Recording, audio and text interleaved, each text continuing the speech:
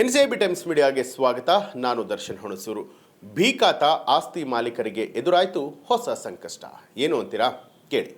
ಕರ್ನಾಟಕ ಸರ್ಕಾರ ಭೀಕಾತ ಅವಧಿಯನ್ನು ವಿಸ್ತರಿಸಿದೆ. ಆದರೂ ಕೂಡ ಭೀಕಾತಾಗೆ ಸಂಬಂಧಿಸಿದಂಥ ಗೊಂದಲಗಳು ಇನ್ನೂ ಕೂಡ ಮುಂದುವರಿತಾ ಇದೆ. ರಾಜ್ಯದಲ್ಲಿ 30ರಿಂದ 40 ಲಕ್ಷಕ್ಕೂ ಹೆಚ್ಚು ಭೀಕಾತ ಆಸ್ತಿಗಳಿದೆ.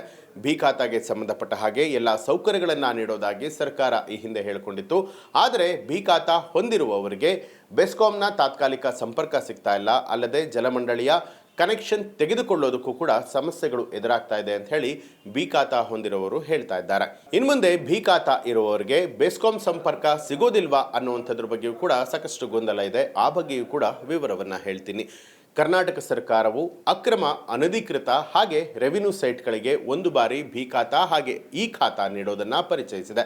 ಆದರೆ ಮೊದಲ ಹಂತದಲ್ಲಿ ಕೇವಲ 3 ತಿಂಗಳು ಸಮಯವನ್ನು ಕೊಟ್ಟಿದ್ದಂಥ ರಾಜ್ಯ ಸರ್ಕಾರ ಇದೀಗ ಇನ್ನೂ 3 ತಿಂಗಳು ಅವಧಿಯನ್ನು ವಿಸ್ತಾರ ಮಾಡಿದೆ.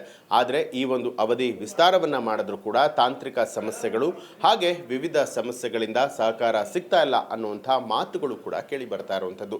ಕರ್ನಾಟಕ ಸರ್ಕಾರ ಎಲ್ಲ ಅಕ್ರಮ ಆಸ್ತಿಗಳಿಗೂ ಕೂಡ ಒಂದು ಬಾರಿ ತೆರಿಗೆ ಪಾವತಿ ಮಾಡುವ ಮೂಲಕ ಭೀಕಾತ ಕೊಡುವಂಥ ವ್ಯವಸ್ಥೆಯನ್ನು ಮಾಡಿದೆ. ಆದರೆ ಬೆಸ್ಕಾಂ ಹಾಗೆ ಜಲಮಂಡಳಿಯಿಂದ ಸಂಪರ್ಕ ಸಮಸ್ಯೆ ಆಗ್ತಾ ಇದೆ ಅಂತ ಹೇಳಿ ಭೀಕಾತ ಹೊಂದಿರುವಂಥ ಆಸ್ತಿದಾರರು ಹೇಳ್ತಾ ಇರುವಂಥದ್ದು.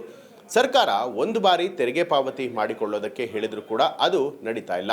ಭೀಕಾತ ನಿವೇಶನ ಹೊಂದಿರುವಂಥ ಆಸ್ತಿ ಮಾಲೀಕರು ನಕ್ಷೆಯ ಮಂಜೂರಾತಿ ಹಾಗೆ ಬಾಕಿ ಆಸ್ತಿ ತೆರಿಗೆಯನ್ನು ಪಾವತಿಸ್ತೇವೆ ಅಂತ ಹೇಳಿದ್ರು ಕೂಡ ಕೆಲವು ಕಡೆಗಳಲ್ಲಿ ಶುಲ್ಕವನ್ನು ಭೀಕಾತ ಆಸ್ತಿದಾರರಿಂದ ಕಟ್ಟಿಸಿಕೊಳ್ತಾ ಇಲ್ಲ ಅಂತಲೂ ಹೇಳಲಾಗ್ತಾ ಇದೆ.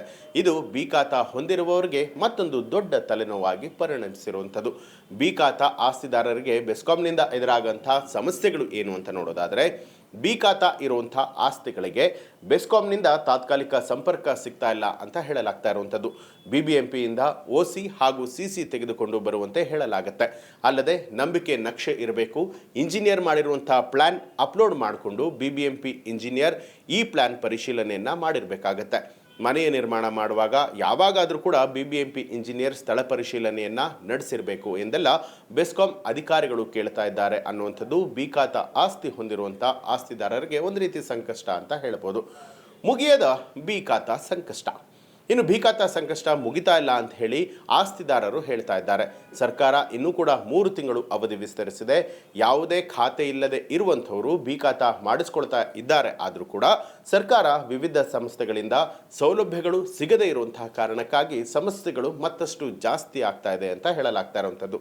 ಈ ಬಗ್ಗೆ ನಿಮಗೆ ಏನನ್ಸುತ್ತೆ ಅನ್ನುವಂಥ ವೈಯಕ್ತಿಕ ಅಭಿಪ್ರಾಯವನ್ನು ನೀವು ಕಮೆಂಟ್ ಮಾಡಿ ತಿಳಿಸಬಹುದು. ಹಾಗೆ ನೀವೇನಾದರೂ ಇನ್ನೂ ಕೂಡ ನಮ್ಮ ಚಾನಲ್ಗೆ ಸಬ್ಸ್ಕ್ರೈಬ್ ಆಗಿಲ್ಲ ಅಂದರೆ ಈಗಲೇ ಸಬ್ಸ್ಕ್ರೈಬ್ ಆಗಿ ಬೆಲ್ ಐಕಾನ್ ಒತ್ತಿ.